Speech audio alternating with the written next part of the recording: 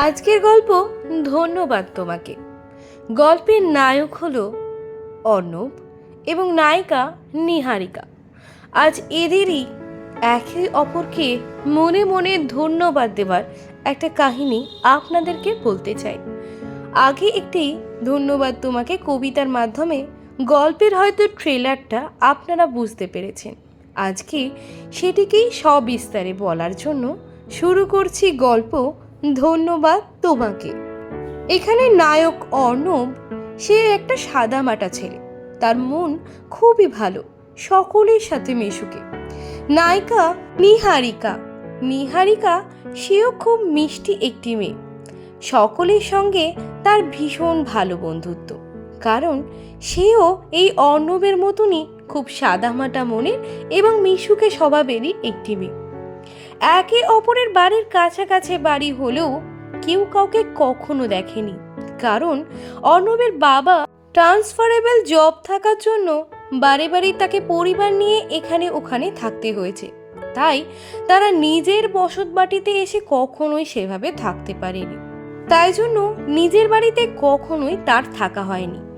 এইভাবে এখানে ওখানে বাবার কাজের সূত্রে সেই সমস্ত জায়গায় থাকতে থাকতে তার মাধ্যমিক পাশটা হয়ে যায়।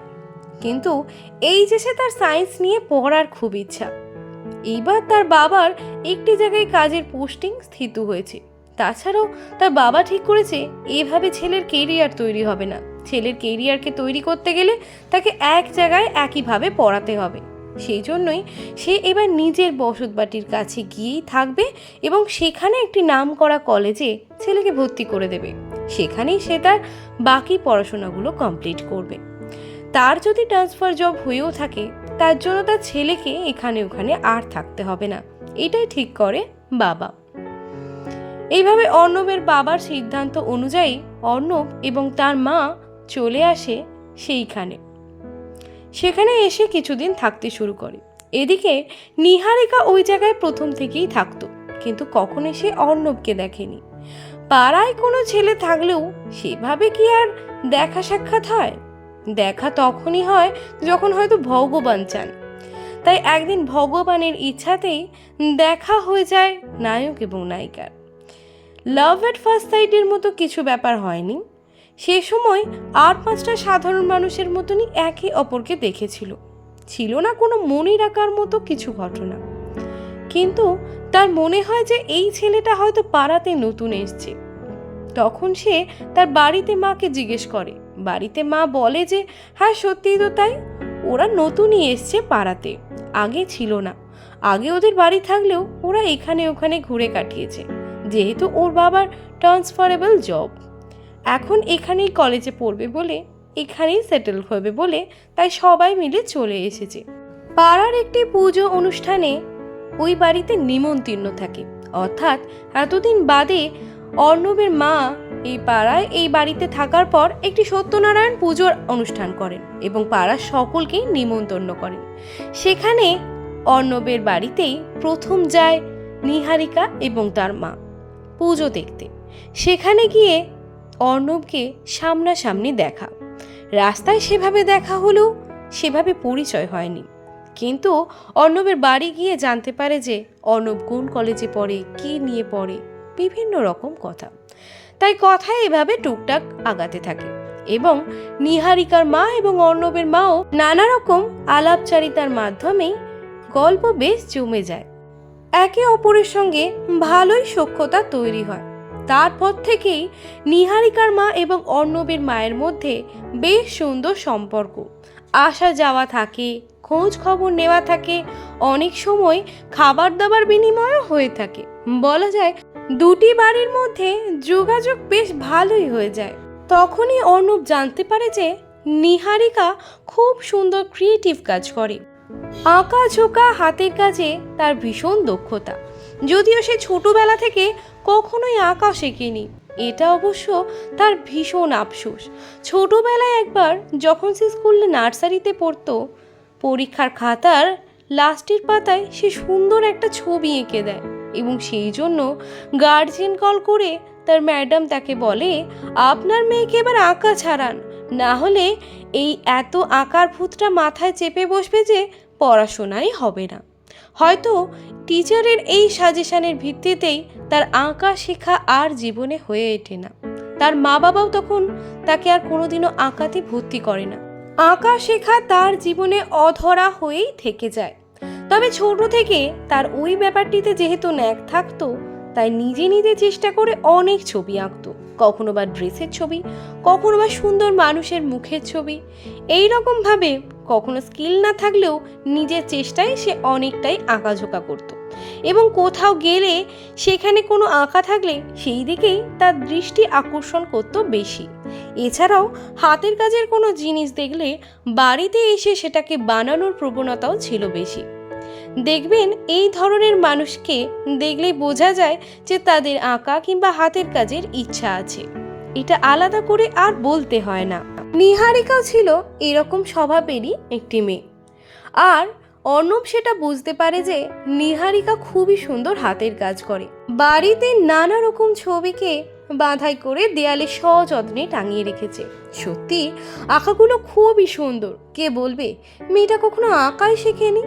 অন্য কেউ দেখলে হয়তো ভাবে এ আঁকা শিখতো, সেই রকমই কিছু ছবি হয়তো এক্সিবিশনে দেওয়ার ঘরেতে টাঙিয়ে রেখেছে।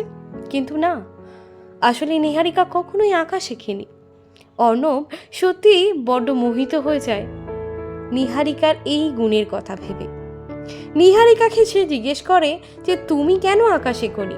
তখন নিহারিকা তার ছোটবেলার পুরো ঘটনাটি বলে। তখন অর্ণবের বেশ মনটা খারাপ হয়ে যায়, কিন্তু এটা বলে যে তুমি অবশ্যই আঁকা নিয়ে এগিয়ে যেতে পারো। নিহারিকা তবে অর্ণবের কথাটা শুনলেও সেটাকে খুব বেশি মন দেয়নি, কারণ সে ভাবছিল যে আবার যদি আঁকা শিখি আর পড়াশোনায় যদি নাম্বার কম হয়, আবারও তো মা বাবা সে একইভাবে বকবে। তাই জন্য আমার আঁকা শেখার আর কোনো প্রয়োজন নেই। আঁকাটা পারি, ইচ্ছা করে ওটুকুই থাক। এটা নিয়ে আর এগিয়ে যাবার কখনোই দরকার হবে না। কেউ যে এটাকে ভালো বলেছে, না শিখেও যে এটার প্রশংসা পাচ্ছি, এটাই আমার জীবনে অনেক। তবে অর্ণব যে তাকে আঁকায় উৎসাহ দিয়েছিল এটা তার মনে রয়ে যায়, কারণ অর্ণবই একমাত্র সেই মানুষ যে নিহারিকাকে আঁকার জন্য উৎসাহ দিয়েছিল সবার প্রথমে। তারপর কেটে যায় অনেকগুলো মাস, যে যার পড়াশোনায় ব্যস্ত। অর্ণব নিজে নতুন ইঞ্জিনিয়ারিং কলেজে ঢুকে নানা রকম পড়াশোনা এবং সেখানের কাজকর্মে ব্যস্ত হয়ে যায়। এদিকে নিহারিকাও তখন স্কুলে পড়ে, কারণ সে অর্ণবের থেকে বেশ কিছু বছরের ছোট ছিল। নিজে স্কুলের পড়া, তার মাধ্যমিক দেওয়ার প্রিপারেশন চলতে থাকে। নিহারিকা অর্ণবের থেকে যেহেতু 4 বছরের ছোট, তাই নিহারিকা তখন মাধ্যমিক দেওয়ার জন্য প্রিপারেশন নেয়। অর্ণব ছিল ম্যাথসে খুবই ভালো, ম্যাথসের নাম্বার তার বরাবরই ভালো। আর সেই জন্য অনেক সময় নিহারিকার মা নিহারিকাকে বলতো যে একবার ওদের বাড়ি গিয়ে অঙ্কে কোনো সমস্যা থাকলে দেখে আসতে পারিস, তোকে সাহায্য করবে। আর যতদূর সম্ভব মনে হলো ছেলেটা ভীষণই মিশুকে, আর অঙ্কে নাকি ভীষণ ভালো শুনেছি। দেখ না, যদি কোনো ডাউট থাকে তাহলে তুই একবার ওই অর্ণবকে দেখিয়ে আসতে পারিস। মায়ের কথাটা শুনে নিহারিকার মনে হলো যে জিজ্ঞেস করলেও করা যায়, কিন্তু আবার এটাও ভাবছিল যে আমি যদি অঙ্ক নিয়ে যাই অর্ণবদার কাছে, তাহলে হয়তো ভাববে মেয়েটা বড্ডই অঙ্কে কাঁচা। আসলে আমি যে অঙ্কের কিছুই বুঝি না। কিন্তু তাও একবার মনে সাহস নিয়ে অর্ণবদের বাড়ি নিহারিকা চলেই যায়। তারপর শুরু হয় গল্পের অন্য এক পর্ব। প্রথমে নিহারিকা ভেবেছিল সে যেহেতু অঙ্কে কাঁচা, তাই অর্ণব হয়তো এটা নিয়ে বেশ তাকে কথা শোনাবে, কিন্তু হয়ে যায় উল্টোটা। অর্ণব তাকে কথা শোনানোর পরিবর্তে তাকে ভীষণভাবে বাহবা দিতে থাকে। অর্ণব এটা বলতে থাকে যে আমি যেমন ম্যাথসে ভালো, তুমি তেমনি আঁকাতে এত ভালো। তুমি যেমন ম্যাথস বুঝতে পারছো না বলে আমার কাছে এসেছো, আমি তেমনি আঁকার কিছুই পারি না। ভাবো ভগবান তোমাকে এই গুণটা নিজে থেকেই দিয়েছে, তাহলে বলো তো তুমি কত লাগে। সত্যি অর্ণবের মুখ থেকে এই কথাগুলো শুনে নিহারিকার ভীষণ ভালো লাগে, এবং তারপরে সে অঙ্কের যে সমস্যাটা নিয়ে অর্ণবের কাছে এসেছিল সেগুলো সলভ করে নিয়ে বাড়িও চলে যায়। দুজনের মধ্যে ভালোই কথাবার্তা হয়ে যায় নাম্বার আদান প্রদানও, কারণ কখনো কিছু পড়াশোনার দরকার পড়লে যদি অর্ণবের বাড়ি আসতে হয়, ফোনে আগে জিজ্ঞেস করবে সে কলেজে আছে না বাড়িতে, তারপর আসবে। সেই জন্যই নাম্বার আদান প্রদানও হয়ে যায়। পরীক্ষা শেষ হয়ে গেছে নিহারিকার। সে ভালোই অঙ্কের পরীক্ষা দিয়েছে বলে তার বিশ্বাস। খুব বেশি নাম্বার না পেলেও খুব কম নাম্বারও সে পাবে না, কারণ সে ভালোভাবেই অঙ্কের প্র্যাকটিস করেছে। আসলে সব সাবজেক্টের মধ্যে তার অঙ্কটাতেই বেশ ভয় ছিল, আর সেখানে তার স্যার এবং অর্ণব দুজনে মিলে এতটাই হেল্প করেছে যে সে মনে হচ্ছে ভালোভাবেই পাশ করে যাবে। শুধু পাস নাম্বার নয়, তার থেকে হয়তো 10-20 নাম্বার বেশিই পাবে। এটাই তার কাছে অনেক। এই জন্য সে অর্ণবকে জানায় যে পরীক্ষা আমি ভালো দিয়েছি, পাস নাম্বারের থেকেও হয়তো 10-20 নাম্বার বেশিই পেয়ে যাব। এটা শুনে অর্ণব হেসে ফেলে, বলে যে 40-এ পাস, তুমি 50 বা 60 পেলেই খুশি। তখন নিহারিকা বলে যে হ্যাঁ, আমি তো 40ই পাবো না ভেবেছিলাম, সেখানে যদি 60 পেয়ে যায় তাহলে তো আমি আনন্দে দুহাত তুলে নাচবো। অর্ণব বলে যে তোমার কথাগুলো শুনে খুব হাসি পাচ্ছে নিহারিকা। ঠিক আছে, পাশ করে গেলে তাহলে কি ম্যাথস নিয়ে পড়বে? নিহারিকা তখন বলে রক্ষা করো বাবা, ওই ম্যাথস আমি আর নিচ্ছি না, আমি আর্টস নিয়েই পড়বো। আমার তো আঁকতে ভালো লাগে, কখনো আঁকতে পারলাম না জানো। আমি ছোটবেলায় ওই যে নার্সারিতে সেই খাতার পিছনে এঁকেছিলাম, সেই জন্য ম্যাডাম যেভাবে আমার বাবা মাকে বলেছিলেন, কখনোই তারা আমাকে আর আঁকা শেখালো না। সেই জন্য আমি মাঝে মাঝে যখন পড়তে বসতাম, পড়ায় মন বসতো না, খাতার পিছনের পাতায় লুকিয়ে লুকিয়ে অনেক ছবি এঁকেছি জানো। আমি কত সুন্দর সুন্দর ড্রেস ডিজাইন করতাম। হ্যাঁ, একবার হয়েছে যে আমি ওরকম ড্রেস ডিজাইন করেছি, তারপর বেশ 5-6 বছর পর একটা সিনেমা বেরিয়েছিল, সেখানে নায়িকাকে দেখছি হুবহু সেই রকম ধরনেরই একটা ড্রেস পরে আছে, যেটা আমি প্রায় 6-7 বছর আগে এঁকেছিলাম। তাহলে তুমি ভাবো আমার ড্রেসের ডিজাইনগুলো কতটা ইউনিক যে সেটা সিনেমাটিস্টরাও পরে। আচ্ছা, আমার মা বাবা যদি এগুলো বুঝতো, আমাকে যদি এইসব নিয়ে কিছু পড়াতো, তাহলে খুব ভালো হতো। কিন্তু তারা না, সেই গতানুগতিক, সেই বিএ পাশ করাবে, এমএ পাশ করাবে, আর তারপর বিয়ে দিয়ে দেবে। এইটার জন্যই আমাকে পড়াশোনা করাচ্ছে। অর্ণব তখন নিহারিকাকে বলে যে বাবা মাকে বুঝিয়ে বলো, তারা নিশ্চয়ই হয়তো তোমাকে তোমার পছন্দের সাবজেক্ট নিয়ে পড়াশোনার জন্য উৎসাহ দেবে। নিহারিকা তখন বলে আমি আমার বাবা মাকে খুব চিনি, তারা ওসব চায় না। এইসব ড্রেস ডিজাইন করতে গেলে বাইরে বাইরে থাকতে হয়, আমাদের এখানে কিছুই হবে না, আর আমাকে বাইরেও পাঠাবে না। তাই এইসব পড়ে যে কিছুই লাভ হবে না ওটাই বলবে।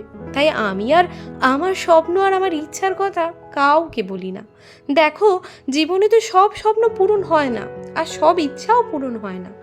তাহলে এই ইচ্ছাটা অপূর্ণ হয়ে আমার মধ্যে থেকে যাক, আমি এটা মেনেই নিয়েছি।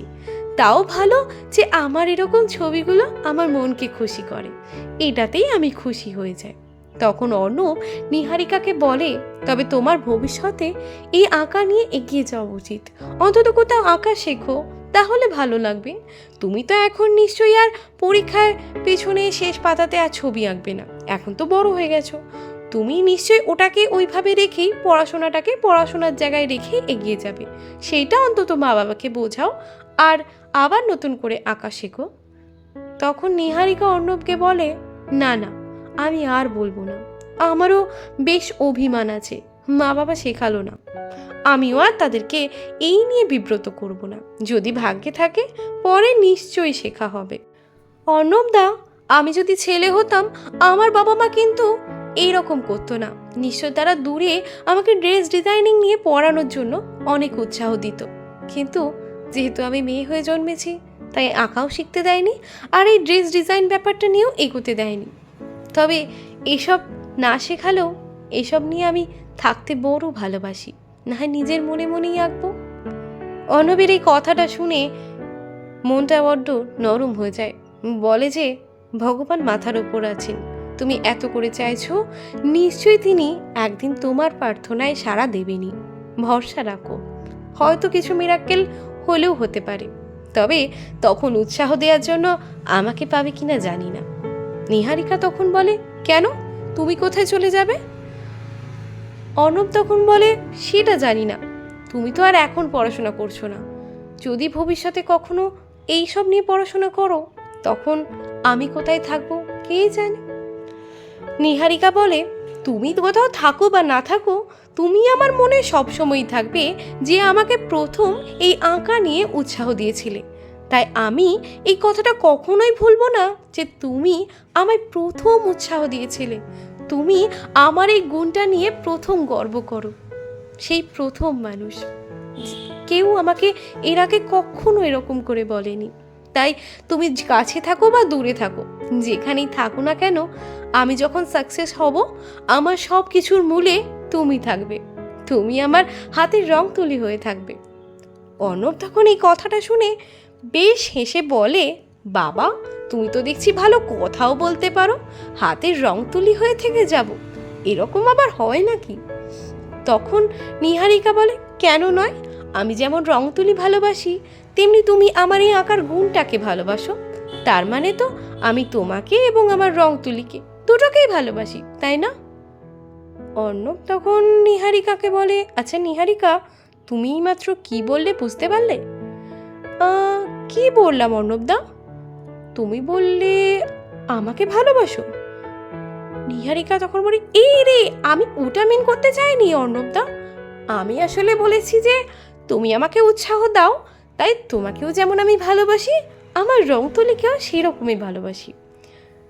এইটা বলে দুজনেই কেমন মুচকি হেসে একে অপরের দিকে তাকাতে থাকে। ভুলবশত হলো নিহারিকা আজ অর্ণবকে বলেই ফেলেছে যে সে তাকে ভালোবাসে, এবং সেটা ভেবে লজ্জায় মুখটা লাল হয়ে যায়। আসলে কিছুটা সত্যি।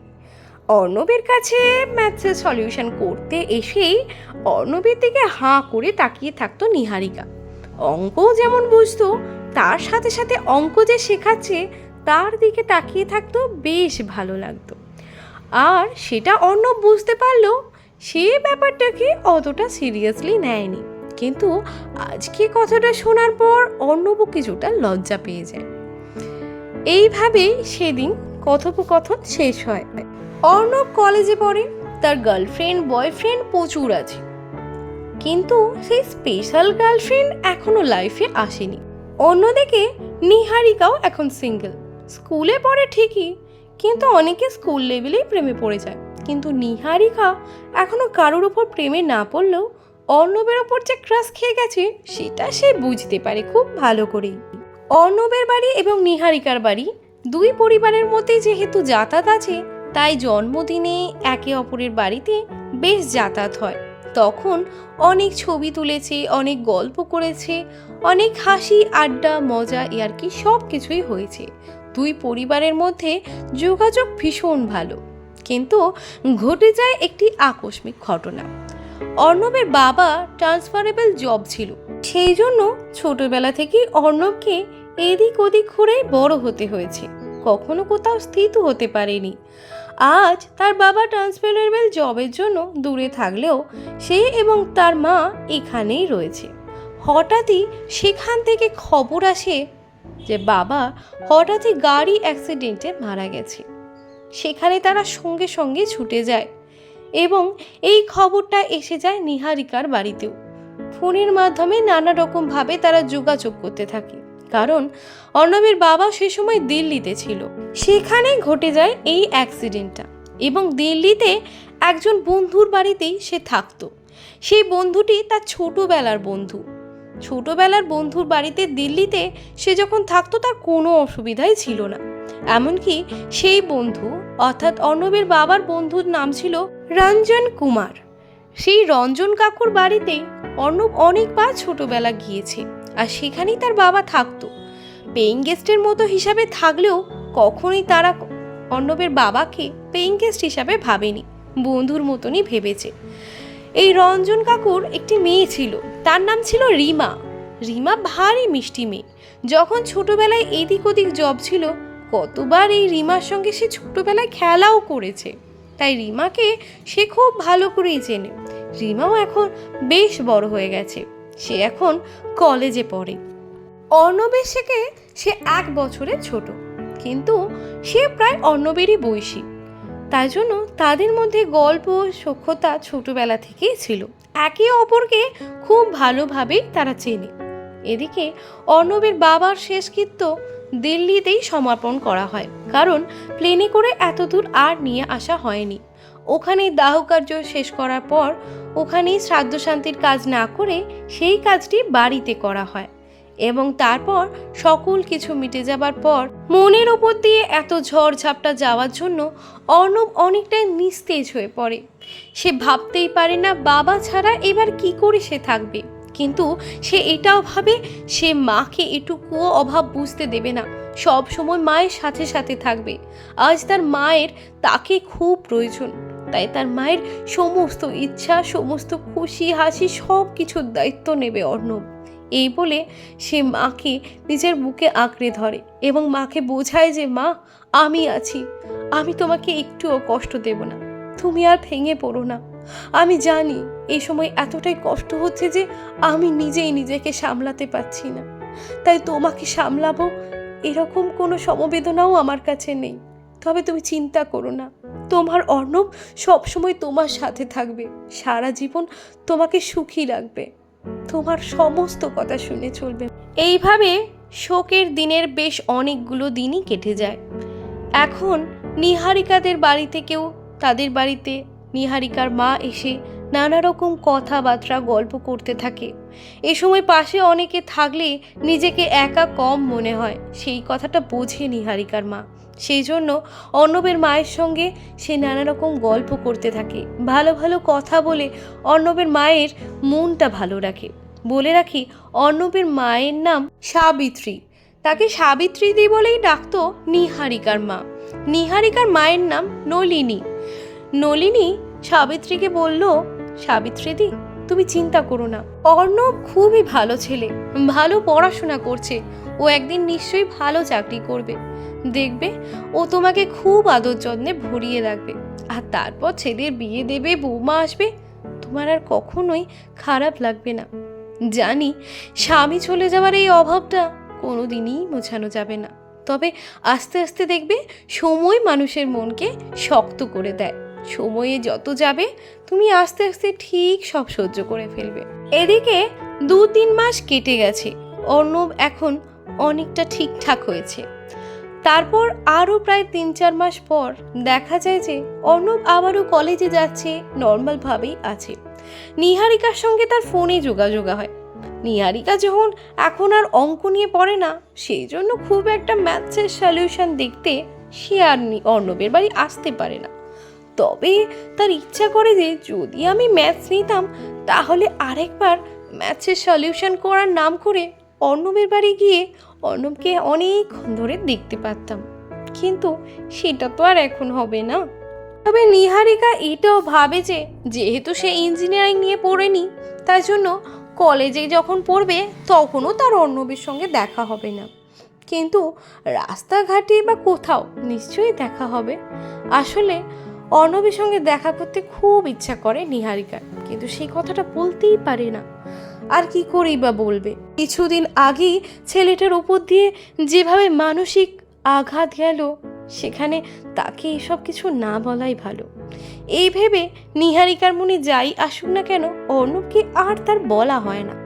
হঠাৎই একদিন টিউশন পড়তে গিয়ে অনেকটা রাত হয়ে যায়। সেই দিনকে তার বাবার আনতে আসার কথা, কিন্তু প্রচণ্ড বৃষ্টি হওয়ার জন্য নিহারিকার বাবা সে একটি জায়গায় আটকে পড়ে, সেই জন্য সে নিজেও আসতে পারে না, আর মেয়েকেও টিউশন থেকে পড়িয়ে ফিরিয়ে আনতে পারে না। এদিকে অনেকটাই রাত হয়ে গেছে। বাধ্য হয়ে তখন নিহারিকার মাকে ফোন করে বলে যে, নলিনী, আজকে তো আমি বাড়ি পৌঁছাতে পারিনি, কি করে নিহারিকাকে আনতে যাব বলো তো? অনেক রাত হয়ে গেল, মেয়েটা ওখানে একা আছে, তুমি কি যেতে পারবে কোনো অটো বা টোটো নিয়ে? আমার ফিরতে অনেক রাত হয়ে যাবে, রুটে টোটোও নেই, আর আজকে আমি বাইকটাও আনিনি, বাসে করে এসেছিলাম, কি করে যে বাড়ি পৌঁছাবো সেটাই বুঝতে পারছি না। তখন নলিনী বলে, তুমি চিন্তা করো না, আমি দেখছি কি করা যায়। এই বলে সে যখন রুটে টোটো ধরবে বলে রাস্তায় কোনো রকমে বৃষ্টির মধ্যে বেরিয়েছে, তখনই দেখতে পায় যে রেনকোট পরে অর্ণব একটা বাইকে বসে আছে। সে মনে হয় কোথাও গেছিল, সেখান থেকেই ফিরছে। তখন অর্ণবকে দেখেই নলিনী বলে, অর্ণব, বাবা আমার একটু উপকার করবে? অর্ণব তখন বলে, হ্যাঁ হ্যাঁ মাসিমা, বলুন না কি। তখন নলিনী বলে যে আমার মেয়েটা পড়তে গেছে, সেখান থেকে ওর বাবার আনতে যাওয়ার কথা ছিল, কিন্তু ওর বাবা তো এখনো বাড়িতেই আসলো না, আর রুটে টোটোও পায়নি, সেই জন্য সে ওখান থেকে যেতেই পারবে না মেয়েকে আনতে। তুমি কি আজকে একবার নিহারিকাকে একটু এনে দেবে? সুভাষ পল্লীর ওই চৌমাথা মোড়ের ওখানেই স্যার পড়ায়, দেখবে বাংলার টিচার, ওইখানেই তার রুম, ওখানেই হয়তো দাঁড়িয়ে আছে, একটু এনে দেওয়ার ব্যবস্থা করো না। আর তাছাড়া নিহারিকার ফোন নাম্বার তো আছেই, ওখানে গিয়ে নিহারিকা একটু ফোন করে নিও, একটু এনে দেবে বাবা। তখন নলিনীকে অর্ণব বলে যে এরকম করে বলবেন না মাসিমা, আমি এনে দিচ্ছি, আমি তো রেনকোট পরেই আছি, এইমাত্র আমিও টিউশন পড়ে এলাম। ঠিক আছে, আমি নলিনীকে এক্ষুনি নিয়ে আসছি, আপনি চিন্তা করবেন না, আপনি যখন বলে দিয়েছেন তখন আমি ঠিক ওকে আপনার বাড়ি পৌঁছে দেব।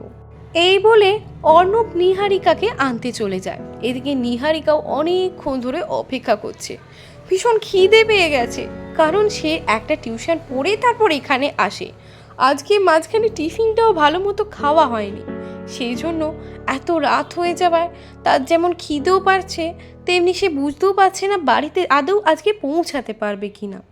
হঠাৎই তার ফোনে ফোন আসে অর্ণবের, সে দেখে চমকে যায়, আরে আজকে অর্ণব কেন আমাকে ফোন করলো? হঠাৎই ফোনটা রিসিভ করতে সঙ্গে সঙ্গে অর্ণব নিহারিকাকে বলে, হাই নিহারিকা। তখন নিহারিকা বলে, হ্যাঁ অর্ণবদা, বলো, তুমি ফোন করেছ?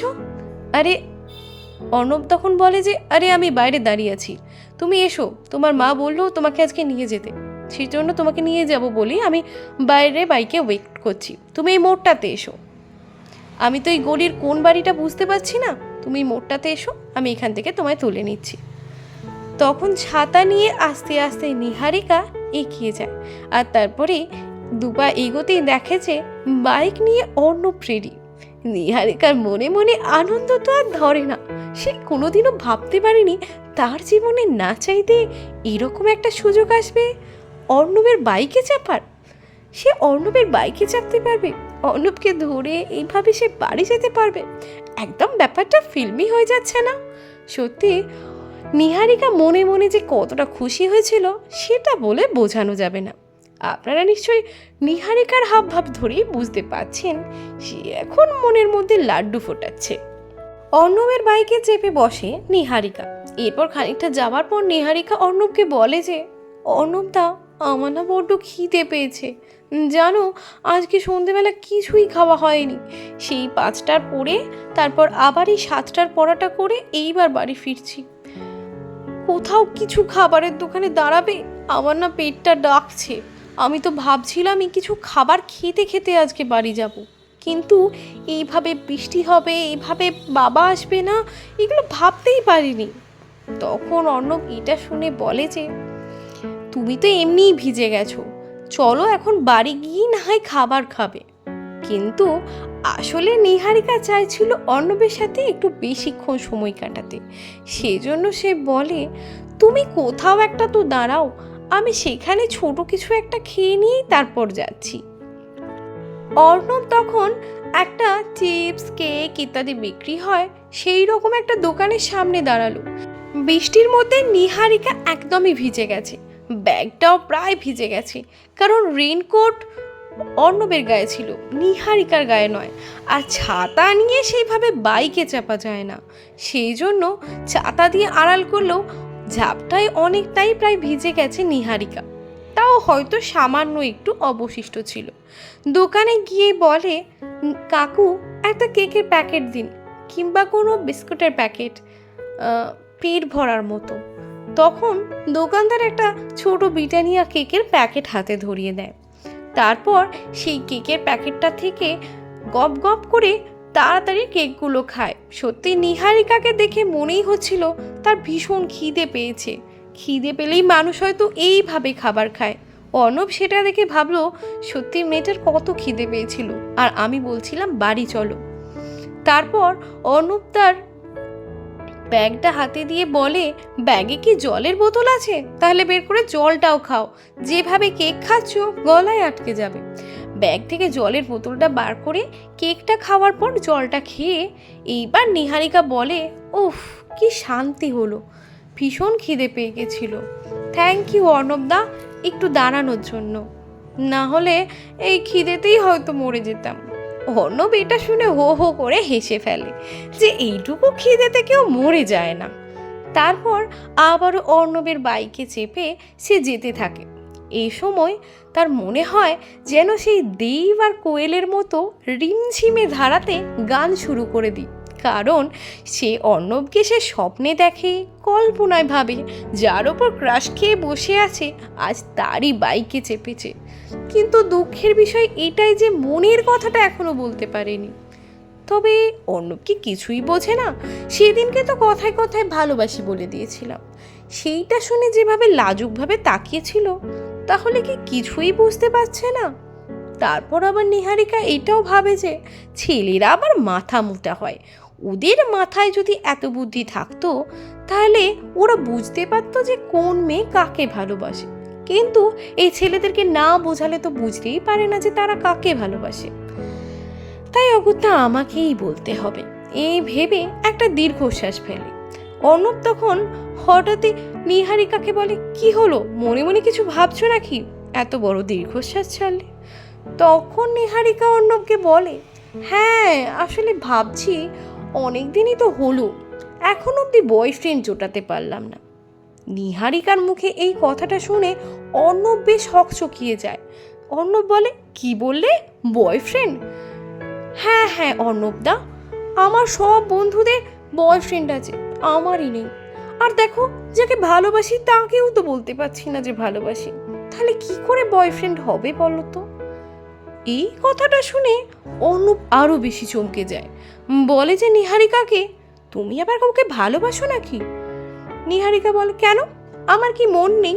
আমি কি দেখতে সুন্দর নই? আমি কি কাউকে ভালোবাসতে পারি না? অর্ণব তখন বলে, হ্যাঁ অবশ্যই পারো, তো যাকে ভালোবাসো বলে দাও। আরে অর্ণবদা, কি করে বলবো, সে যদি আমাকে বলার কোনো সুযোগ দিত। অর্ণব তখন নিহারিকাকে বোঝায় যে বলার সুযোগের জন্য অপেক্ষা করতে নেই, ভালোবাসলে বলেই দিতে হয়, তুমি বলে দাও, সে ঠিক উত্তর দিয়ে দেবে। অর্ণবের মুখে এই কথাটা শুনে নিহারিকা তখন ভাবে, তাহলে কি বলে ফেলা উচিত? তখন হঠাৎ করেই অর্ণবকে বলে, দাঁড়াও দাঁড়াও অর্ণবদা, একবার বাইকটা থামাও। অর্ণব তখন হঠাৎই বাইকটা থামায়, বলে, কেন, কি হয়েছে? ওই যে তুমি বললে, তাই জন্যই বলছি। অর্ণব তখন বলে, আমি আবার কি বললাম নিহারিকা, তুমি যে বাইকটা থামাতে বললে? নিহারিকা তখন বলে যে, বললে না ভালোবাসার কথা ভালোবাসার মানুষকে জানিয়ে দিতে হয়, তাই জন্য। অর্ণব তখন বেশ সন্দেহের দৃষ্টিতে নিহারিকার দিকে তাকিয়ে আছে, আর নিহারিকা সেই সময় বাইক থেকে নেমে অর্ণবের বাইকের কাছে হঠাৎ একটা হাঁটু গেড়ে বসে বলল, আই লাভ ইউ অর্ণব। চোখ বুঝে এক নিঃশ্বাসে নিহারিকা এইটাই বলতে থাকলো যে, আই লাভ ইউ অর্ণব। আমি জানি তুমি ভাবে এটা ফিল্মি ডায়লগ, কিন্তু আমি নিজেই এখনো বুঝতে পারছি না এটা আসলে কি। তোমাকে দেখলে আমার হার্টবিট কেন বেড়ে যায়, আমার মনটা কেন খুশি হয়ে যায়, তোমার সঙ্গে দেখা করব বলে আমি ছটফট করি, কখন একটা সুযোগ আসবে, কখন একবার তোমায় দেখতে পাবো, এটাই সারাদিনে ভাবি। তোমার ডিপিটা যে কতবার ধরে দেখি সেটা আমি নিজেই বোঝাতে পারবো না। তাই তুমি যখন আজকে বললে ভালোবাসার মানুষকে ভালোবাসার কথা বলতে, তাই আমি আজকে বুঝে গেছি তুমি আর আমার ক্রাশ নও, তুমি আমার ভালোবাসায় হয়ে গেছো। আর যেহেতু শুভ কথা তাড়াতাড়ি বলতে হয়, তাই তোমায় বলেই দিচ্ছি আমি তোমাকে ভালোবাসি।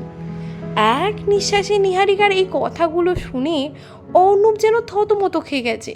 ছেলেরা এইভাবে প্রপোজাল করে জানি, এই বৃষ্টির রাতে রাস্তার মধ্যে এইভাবে হাঁটু কেড়ে দাঁড়িয়ে কোনো মেয়ে যে তাকে প্রপোজ করবে, সত্যি অর্ণব ভাবতেই পারেনি। এটা দেখে কিছুটা সে থমকে যায়, আর কিছুটা চমকে যাওয়ার পর মুচকি মুচকি হাসতে থাকে। তারপরে বলে, তুমি এখনো কলেজে ওঠোনি, বয়সটা কম, তুমি ভালোবাসার বোঝো কি? আগে বোঝো ভালোবাসা কাকে বলে, তারপরে না হয় প্রপোজ করো। তখন নিহারিকা বলে, বয়স আমার যতই কম হোক আমি ভালোবাসা বুঝি। আচ্ছা তুমিই বলো, আর কিভাবে ভালোবাসা বোঝা যায়? তখন অর্ণব নিহারিকাকে এটা বোঝায় যে যখন দেখবে আমাকে ছেড়ে থাকতে তোমার কষ্ট হচ্ছে কিন্তু মন খারাপ হচ্ছে না, যখন বুঝবে দূরত্বে গিয়েও যেন সবসময় তুমি আমাকেই মনের মধ্যে অনুভব করতে পারছো, যখন এটা বুঝবে যে চোখ বন্ধ করেই শুধু আমাকে দেখতে পাচ্ছ, যখন এটা বুঝবে যে আমি তোমার সাথে থাকি বা না থাকি সব কিছুর মধ্যে তুমি শুধু আমাকেই অনুভব করছো, আমার শুভাকাঙ্ক্ষী হয়ে সব সময় আমার পাশে আছো, দূরে আছো কিংবা কাছে আছো, যেখানেই থাকো না কেন তুমি সবসময় আমার মধ্যেই নিজেকে অনুভব করছো, তখন বুঝবে যে তুমিও আমাকে ভালোবাসো সত্যি করে। কিন্তু নিহারিকা এত কিছু না বুঝতে পেরে বলে, এতগুলো পয়েন্ট এখন আমার মাথায় ঢুকছে না, কিন্তু এটা ঠিক কথা, তোমার ছবির দিকে আমি ঘন্টার পর ঘন্টা তাকিয়ে থাকি, তোমার সঙ্গে কবে দেখা হবে এটাই আমি ভেবে চাই, কিন্তু ওই অনুভব ব্যাপারগুলো এখনো বুঝে উঠতে পারিনি। সত্যি হয়তো বয়সটা ছোট, কিন্তু বিশ্বাস করো তুমি আমার ক্রাশ কিংবা ভালোবাসা এই সব কিছু হয়ে আমার মধ্যেই আছো। মনের অনুভূতির কথাটা বলাটা কি ভুল নাকি দোষের? অর্ণব তখন বলে, একদমই না, জানিয়েছো খুবই ভালো, তবে ভালোবাসা তোমাকে আরও বুঝতে হবে, আরও শিখতে হবে, আর ভালোবাসার জন্য অপেক্ষা করতে হবে, তাহলে দেখবে তুমি ঠিকই পাবে। তখন নিহারিকা আনন্দে গলে যায় আর বলে যে আমি অপেক্ষা করব, তাহলে তুমি বলো তুমি আমার হবে তো, যতদিন পরেই হও না কেন তুমি আমাকে ভালোবাসবে তো? অর্ণব তখন বলে, পাগলি একটা, এত কিছু বলা যায় না, ভাগ্যের ওপর ছেড়ে দাও, যদি আমি তোমারই থাকি তাহলে আমি শুধু তোমারই হব। তখন নিহারিকা বলে, ভাগ্যকে আমি একদম বিশ্বাস করি না, আমিও তো আঁকা শিখতে চেয়েছিলাম কিন্তু আমার ভাগ্যে আঁকা ছিল না, তাই আজও শিখতে পারিনি, সেই অভাবটা রয়েই গেছে, তবে আমি আজও বুঝি যে আমি আঁকা ভালোবাসি। তখন অর্ণব বলে, এটাই হলো ভালোবাসা, যখন তুমি তার অভাবে থেকেও তাকে বুঝতে পারবে যে আমি কখনোই তাকে হারাইনি, তাকে আমার মনের মধ্যে এভাবে রেখে দিয়েছি, তখন বুঝবে তুমি সেই জিনিসটাকে আসলে ভালোবাসো, সেটা তোমার কাছে না থাকলেও তুমি সেই জিনিসটাকে মনের মধ্যে অনুভব করো। মানুষকেও এইভাবে অনুভব করা যায়, আর তখন সেটাই হয় প্রকৃত প্রেম। নিহারিকার মনটা বেশ খারাপ হয়ে যায়, সে ভেবেছিল অর্ণব হয়তো আজই তাকে নিজের বুকে জড়িয়ে ধরবে যেরকম ফিল্মে হয়, কিন্তু সেটা হয় না। অর্ণবের এই কথাগুলো শুনে তার অপেক্ষা করতেও ইচ্ছা হয়, মনে হয় যে ভবিষ্যতে হয়তো আমি অর্ণবেরই হব। তারপর আবার বাইকে চেপে বাকি রাস্তাটা চলে যায় নিহারিকা, বাড়িতে পৌঁছে দেয় নিহারিকাকে। নীলিমা আন্টিকে বলে যে আন্টি, নিহারিকা পৌঁছে গেছে, তুমি আর একদম চিন্তা করো না। এদিকে নীলিমা আন্টিও তখন জানায় যে নিহারিকার বাবাও চলে এসছে। থ্যাংক ইউ তোমাকে, তুমি আমার যে আজকে উপকার করলে, নাহলে সত্যি বড় অসুবিধা হয়ে যেত। তারপর অর্ণব বাড়ি ফিরে যায়। সেদিনকে রাতে খাবার দাবার খেয়ে সে নিহারিকার কথাগুলোকেই ভাবতে থাকে পাগলি মেয়েটা কিভাবে ভালোবাসতে শুরু করেছে। এখনো সে ভালোবাসার ডেফিনেশন বোঝে না, তবে তার অনুভূতিগুলো কেউ নেহাত উড়িয়ে দেওয়া যায় না। সত্যি মেয়েটা কখন যে আমাকে এইভাবে ভালোবাসলো বুঝতে পারছি না। তবে আরও বয়স হোক, আরও বেশ অনেকগুলো দিন যাক, আস্তে আস্তে ও ঠিক বুঝে যাবে যে ও আমাকে ঠিক কিভাবে অনুভব করছে, আর আমিও ওর মধ্যে খুঁজতে থাকবো সেই ভালোবাসাগুলো। তারপর নিশ্চয়ই আমিও আমার মনের কথা ওকেই জানিয়ে দেবো। যেহেতু আজকে অর্ণবের সাথে একসঙ্গে বাইকে করে এসেছে, তাই নিহারিকার মন আজকে ভীষণ ফুরফুরে। অর্ণবের সমস্ত কথাগুলো যেন তার কানে বাজছে। সে যেভাবে অর্ণবকে নিজের মনের কথা বলল, তার উত্তরে অর্ণব যা বলল, সব কিছু তার যেন মুখস্থ হয়ে গেছে। সে এগুলো ভাবতে ভাবতে স্বপ্নে অর্ণবকে নিয়ে ঘুমিয়ে পড়ে। অন্যদিকে অর্ণবও নিহারিকার এই সমস্ত কথাগুলোকে সিরিয়াসলি না নিলেও নিহারিকার এত সুন্দর এই প্রপোজ করাটাকে অর্ণবের বেশ ভালোই লেগেছে।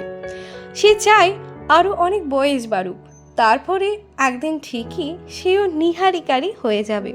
মেয়েটার অনেক গুণ আছে, এত সুন্দর আঁকতে পারে, তবু কেউ ওকে এই সব নিয়ে উৎসাহ দেয় না। আর সেই জন্যই অর্ণবকে তার এত ভালো লাগে যে অর্ণব এই ব্যাপারে উৎসাহ দেয়। এই কথাগুলো অনেকবার বলেছে নিহারিকা অর্ণবকে। সেদিনও ঘুমের মধ্যে অর্ণব এসব নিয়ে ভাবতে ভাবতেই হঠাৎই যেন স্বপ্নে নিহারিকাকে জড়িয়ে ধরে। তারপর সে দেখতে পায় অদ্ভুত এক ঝড় এলো, আর সেই ঝড়ের গতিতেই যেন দুজন আস্তে আস্তে আলাদা হয়ে গেল। ঝড়ের এক প্রান্তে ঝড়ের হাওয়ায় তলিয়ে গেল নিহারিকা, আর অন্য একটি দিকে সরে গেল অর্ণব। মাঝে যেন চলে এলো এক বিস্তর প্রাচীর।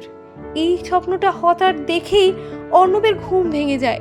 ঘুম থেকে উঠে কিছুই বুঝতে পারে না, ভাবে যে সে স্বপ্নে আসলে কি দেখতে চেয়েছিল, ভোরের স্বপ্ন নাকি সত্যি হয়। তাহলে ভগবান কিসের ইঙ্গিত দিচ্ছে অর্ণবকে? শুনতে থাকুন গল্প। ধন্যবাদ তোমাকে। পরবর্তী পর্ব দেখার জন্য অপেক্ষা করুন।